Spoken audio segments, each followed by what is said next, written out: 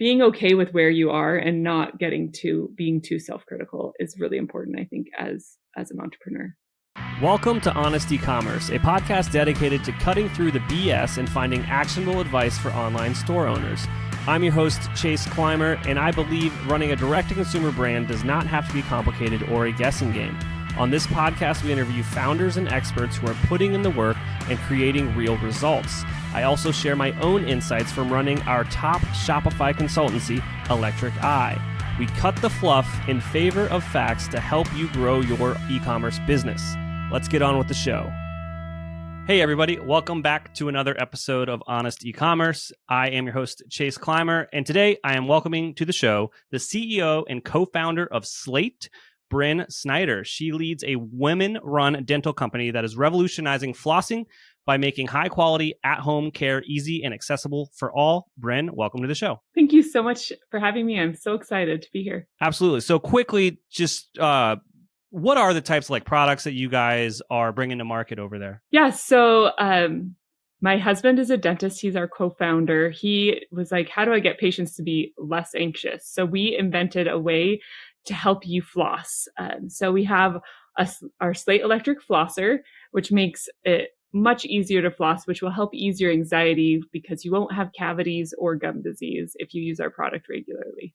That's amazing. Now, take me back in time. Where did the idea for this product come from? Yeah, so my husband was having all these patients who felt anxious, and he was like, our team is awesome. We're able to calm people down, but what if people didn't feel anxious going to the dentist? And I was like, well, I love the dentist. I always have loved going. And he was like, well, that's because you didn't have a cavity till you were 26. And if you would have had a cavity as a little kid, you maybe wouldn't have liked the dentist. And I was like, well, why don't we make it so that people can take charge of their own oral health? And he was like, well, if people actually flossed, they could do that. How do we get them to do it? And he's like, well, it needs to be easy, but we have floss picks. Floss picks are easy, but they don't do the job. They don't clean the gums the way they should. So he's like, how do I get people to do that? And that's when we were like, there's electric toothbrushes. Where's the electric flossers?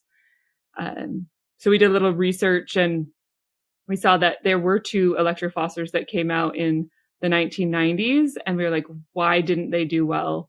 And what could we do better? So we're like, we got to stimulate the gums. So we invented and we have patented gum sweeps. They're like little triangles that go into where your toothbrush misses, where your teeth and gums touch. So they actually sonic vibrations massage and stimulate your gums. And then we were like, well, this seems like a great idea, but the only way for our product to really know if it's successful is if hygienists and dentists love it. So we sent out our product to 500 hygienists before we decided to put it on the market and asked them, would you recommend it to your patients? Do you think it works well? And 95% of them said they'd recommend it to their patients. And 74% of them said it was better than any product that existed. So I was like, okay, we have the green light.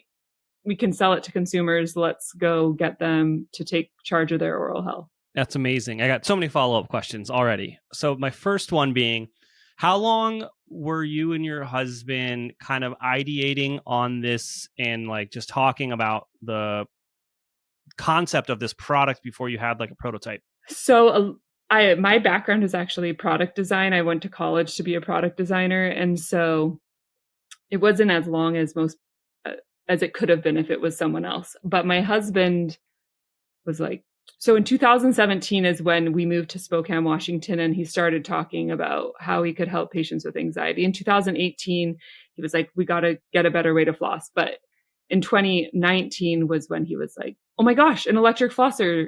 So we had a prototype within the year. So February of 2020, we gave engineers our life savings to make the engineering components all work. Absolutely. And then that was obviously an interesting time. It was very scary. So how did you make the decision to make so many prototypes to send out to hygienists and do that prior to launch. What was the motivation or insight behind that? So we've seen in the dental world, there's a lot of products that are gimmicky that the consumer doesn't necessarily know are gimmicky. They buy them and they try them. But as a dentist and being in the dental field, we were like, we know when there's a product that's awesome and when it would be recommended by dentists. And I said, I am not investing 10 years of my life to make a product that dentists are going to say that's crappy. Don't put that in your mouth. I don't recommend that. We see that with like a lot of teeth whitening. We see it with like the auto brush. We see it with, so I said, I'm not the only way this company makes sense is if we actually are changing and innovating. Like this is a whole new category. So the water flosser market is like $1 billion market. The electric toothbrush is $4 billion. So I said, I'm willing to invest our time and energy if we have a product that can break through and make us financially successful and make people have better oral health.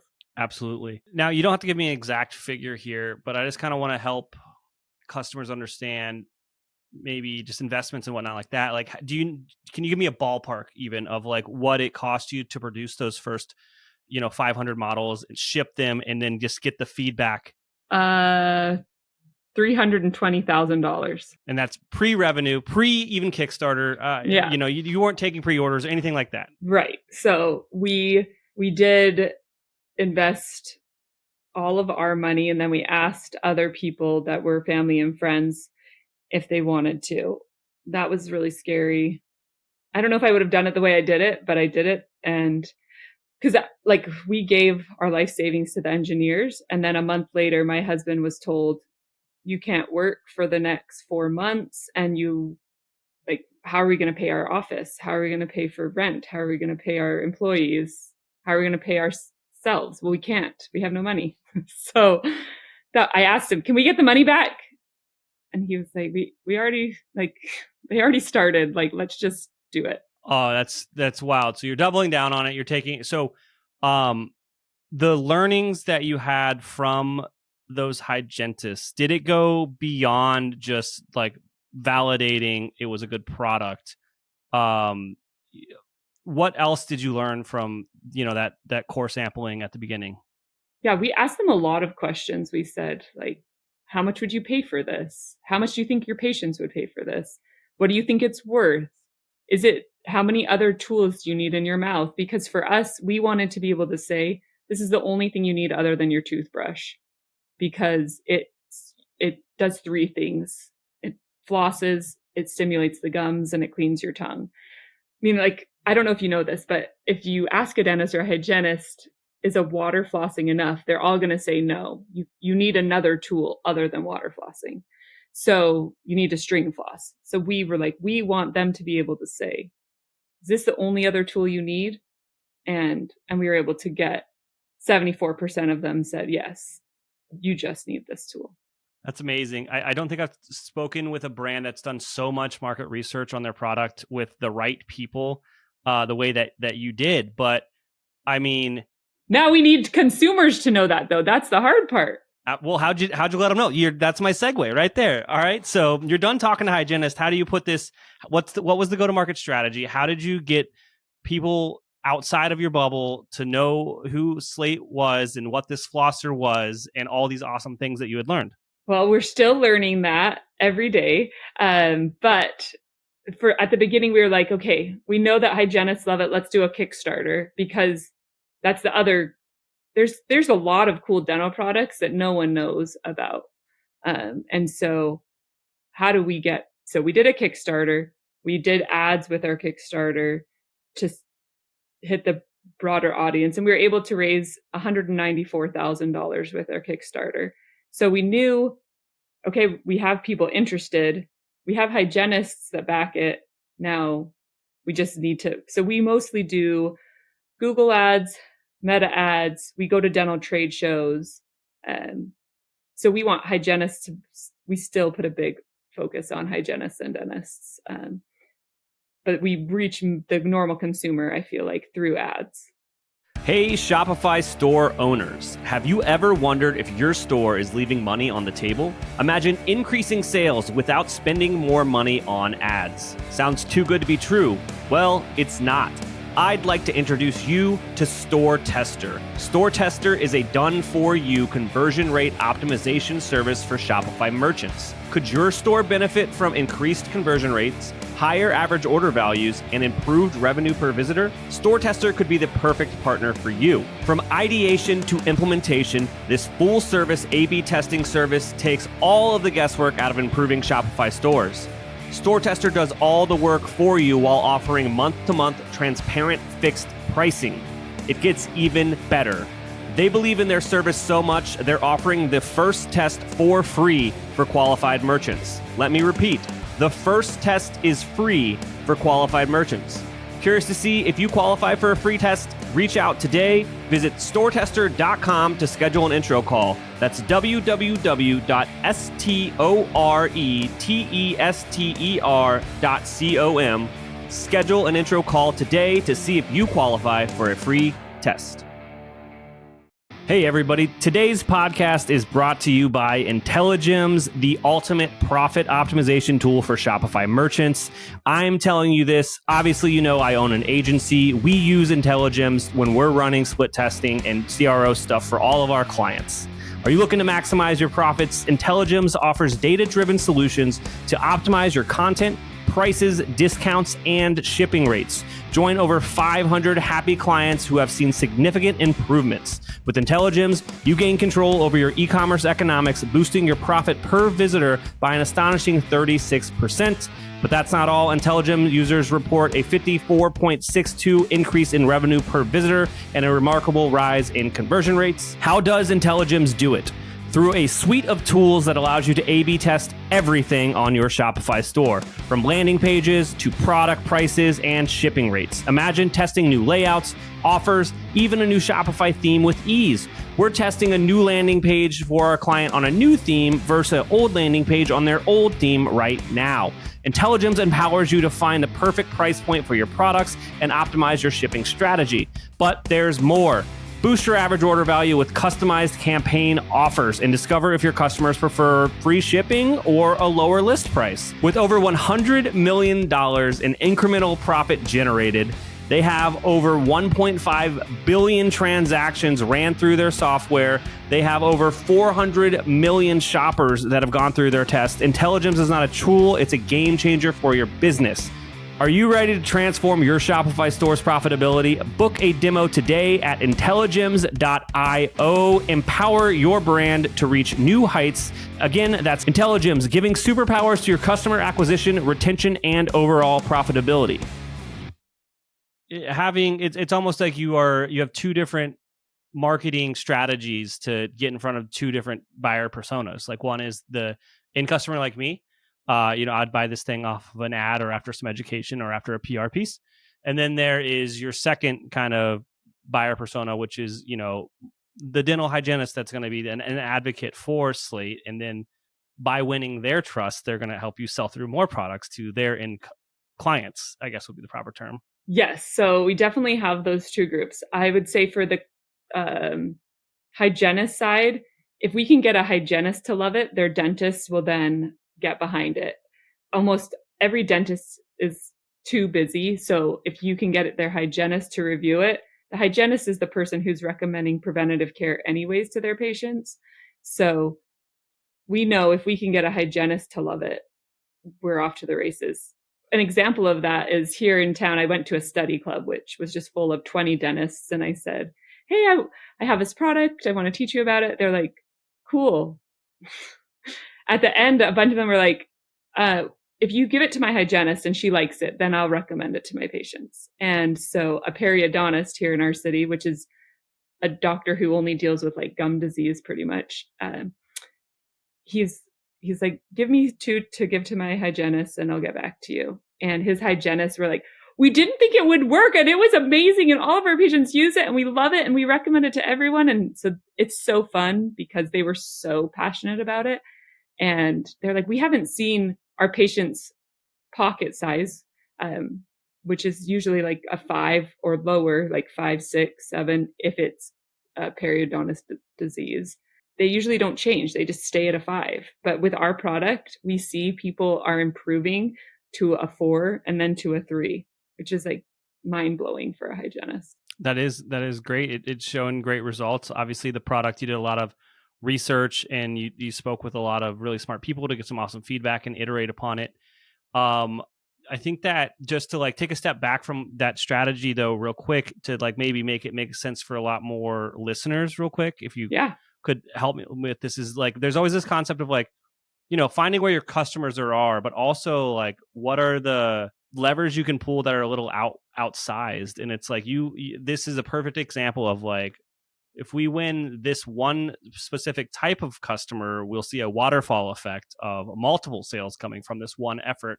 And so like, I would almost challenge the listeners out there that are struggling to find some creative ways to win customers, to like, there's someone that would like your product that outweigh like give you more business, and you got to just really think about it. Yeah, I think for us, what we realized is hygienist is like a long game. It's going to be in 5 years, the hygienists will really benefit our company. At the beginning, it's a lot easier to do the D2C and e-commerce. So that's why we have both, because we know if a consumer gets this, they'll try it almost faster than a dentist, because dentists are slow to change and they're more apprehensive. But you are looking for a way to floss. You need a solution. You just went to the dentist, or you don't want to go to the dentist. And we're making it so that you're like, I can go there. I can tell them I actually flossed. What I realized is we all know we need to floss. When I worked at the dental office, I was like, you guys are missing a huge educational piece, because people don't know why they need to floss. We all know we need to, but the reason isn't big enough for people to actually take the steps to do it. And when I learned that dementia, heart disease are tied to flossing, I was like, we need to tell people those things. Absolutely. Now with Slate, it's just building a direct-to-consumer business, period, is hard. And I think that oral care, like other categories across CPG, it is very, very crowded. So what do you think helped Slate kind of connect with customers and stand out? I think that it's that our product is easy and fast and effective. So usually we see that like people don't leave reviews on our product till they've gone to the dentist. So they're able to see the feedback within a few days of their self, but then they go to the dentist and they're told, wow, you're doing something different. This is great. So we've tried a few things. At Slate, we actually try a lot of things and then they don't work and we try something new. Because to me, I think education helps reach people, but some people that doesn't resonate with. So we just try a lot of different ads. We see what people connect with. What people have connected with the most is educational and a dentist telling them that it's working.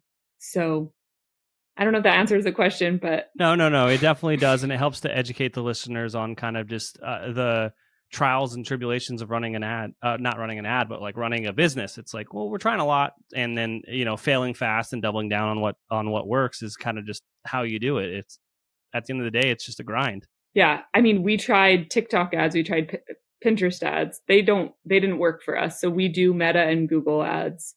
And then we see that if we can do partnership ads with people that we've tried a bunch of different ones. We tried like lifestyle moms, and we tried things that I thought women would connect with, but they didn't. People connect best with the dentist. So we have dentists that love our product, and then we ask them, hey, will you make an ad for us? And it's all 99% organic, like them just telling why they like it. Oh, see, that's a great little, you know, tidbit there too. It's like, I think a lot of younger brands feel like they have to be, they need too much control over tone and like the copy even of the message of the ad, which I think is just like, no, just let people say what they want to say and see what happens. So we've done both. We tried the we want you to tell them this because there's so many cool things about our product. We want them to tell them it has 3 different functions. People forget that. But what we've learned is what's the most important thing is that someone is telling you from their heart that they love the product. And you can't script that. Absolutely. Now, Brynn, is there anything I didn't ask you about today that you think will resonate with our audience? I think it's hard because I've noticed as I've grown, I grow with an ad agency gets bigger with me, or I grow on email marketing. You can't expect to be where I am now and where I was a year ago was very different. And you just have to pivot and change. I think expecting it to last a long time, a business is not successful in a year or 2 years. It takes 5 to 10 years. So don't give up. And I tell myself, Slate so far has been able to do $3 million this year, which was really exciting. But I wanted to, once I started doing really good, I was like, I want to do $5 million this year. And so being okay with where you are and not being too self-critical is really important, I think, as an entrepreneur. Yeah, I think that people forget to take the time to pat themselves on the back. It's like, you built something crazy here that other people would be ecstatic to be at this size, and yet you aren't even taking in the moment and being like, wow, I've done something pretty cool here. I think it's a curse of entrepreneurship and shiny object syndrome. It's like, well, I'm done with that. I have to do this now. You can't take a beat and appreciate it. Yeah. I remember meeting someone 2 years ago and she told me her company made $2.5 million. And I was like, oh, that is so amazing. And then when I hit 2.5, I was like, okay, how do I get to 5? So I was just I needed to enjoy the moment a little more. Absolutely. Now, obviously, so many hygienists recommend this product. You've done so much research on it. I know you guys just put out a new version of the product. You listen to the customers. Now, if I'm curious about the actual product and I want to go check one out, what should I do? Where should I go? Yeah, so you can go to our website, slateflosser.com. We are also available on Amazon. But I think our website is going to educate you and show you the best way to get it. So I'd get it from there. And their margin's better, buy it at their website. Yes, exactly. Awesome. Brynn, thank you so much for coming on the show today. Thank you, Chase. We can't thank our guests enough for coming on the show and sharing their knowledge and journey with us. We've got a lot to think about and potentially add into our own businesses. You can find all the links in the show notes. You can subscribe to the newsletter at honestycommerce.co to get each episode delivered right into your inbox. If you're enjoying this content, consider leaving a review on iTunes. That really helps us out. Lastly, if you're a store owner looking for an amazing partner to help you get your Shopify store to the next level, reach out to Electric Eye at electriceye.io/connect. Until next time.